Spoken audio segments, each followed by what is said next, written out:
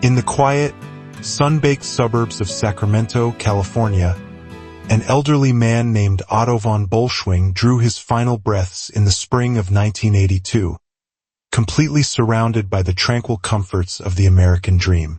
By all outward appearances, he was a respectable retired business executive who had lived a highly successful life in the United States, fully assimilated into post-war society. Neighbors simply knew him as a polite, cultured European immigrant with a charming accent and a sharp mind for corporate consulting.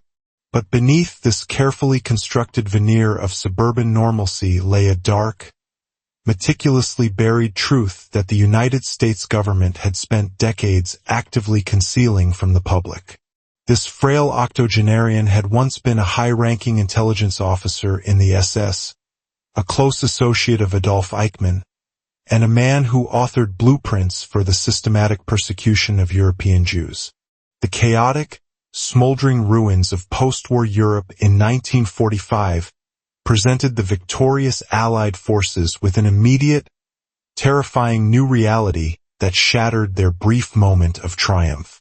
As the Iron Curtain began to descend across the continent, American intelligence agencies found themselves operating completely blind in a high-stakes geopolitical landscape that threatened sudden global annihilation.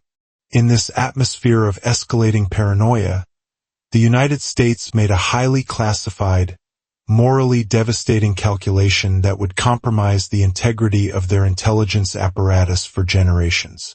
They quietly concluded that the ideological purity of their informants mattered far less than the tactical data those informants could provide, leading them directly to former Nazi officers. Men who had spent years orchestrating terror were suddenly viewed as indispensable assets, possessing unmatched knowledge of Eastern European espionage networks that the Americans desperately coveted. Among this shadowy cadre of newly recruited assets was Otto von Bolschwing, a ruthless figure whose sophisticated charm masked a brutal career built on systemic extermination and complex espionage. During the darkest years of the 1930s, Bolschwing had worked under the direct command of the vicious intelligence-gathering arm of the SS, actively shaping the bureaucratic machinery of persecution. When the Nazi regime collapsed in absolute ruin, he calmly leveraged his extensive network of anti-communist spies, offering his services as an experienced intelligence handler to the newly minted Central Intelligence Agency. The Americans, fully aware of his horrifying pedigree, eagerly accepted his offer, transforming a chief architect of Nazi persecution into a highly valued weapon against the Soviets. For several years, he directed a complex web of informants from West Germany, funneled steady intelligence reports to his handlers, and secretly utilized American funds to shelter other former SS operatives. As the 1950s approached, local prosecutors in Germany finally began investigating the unresolved war crimes of the recent past, threatening to expose Bolschwing's wartime association with the internationally hunted Adolf Eichmann. He presented his American handlers with a firm ultimatum, demanding absolute protection and immediate relocation in exchange for his continued silence regarding the highly illegal espionage network he operated on their behalf.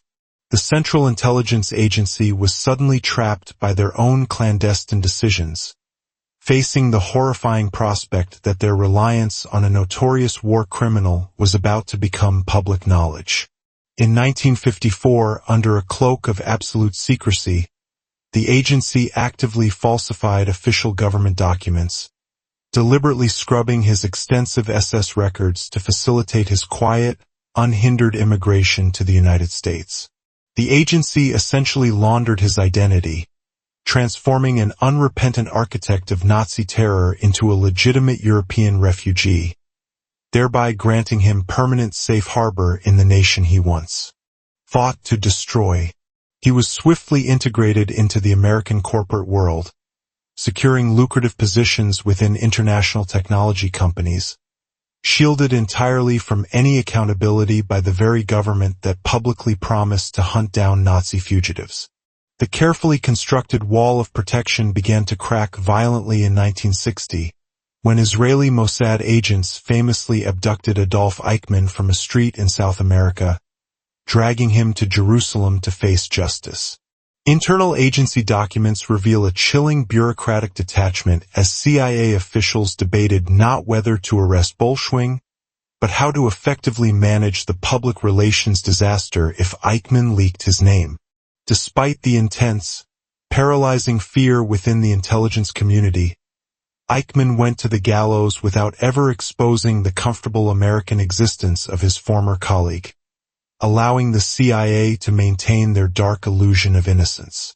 Bolshwing continued his lucrative career completely uninterrupted, eventually securing full United States citizenship and swearing a solemn oath of allegiance to a country that subverted its own justice system to keep him safe.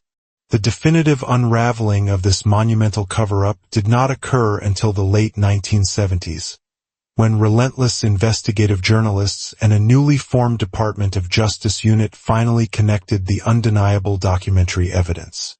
The CIA deployed fierce bureaucratic resistance to stall the investigation, absolutely terrified that a public trial would expose their deliberate, decades-long complicity in harboring a senior architect of the SS intelligence apparatus.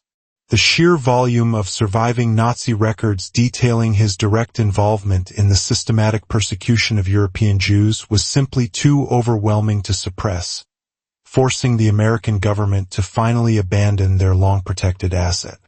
By the time federal prosecutors formally filed charges to strip his citizenship in 1981, Otto von Bolschwing was a frail, elderly man suffering from a severe, rapidly deteriorating neurological disease. His defense attorneys successfully argued that he was completely unfit to endure the physical toll of deportation, allowing him to surrender his fraudulently obtained citizenship while remaining comfortably in his California home. He passed away quietly just months later, leaving us to stare into an uncomfortable historical void, wondering exactly what other unimaginable moral compromises are still hiding within the heavily redacted files of the National Archives. When we look back at the deeply uncomfortable compromises made in the absolute name of national security, we have to ask ourselves a genuinely difficult question about the nature of institutional integrity. If protecting a documented monster was deemed an acceptable tactical necessity during the heights of the Cold War, does that historical context excuse the betrayal of millions of victims, or does it prove that our intelligence apparatus operates completely devoid of morality?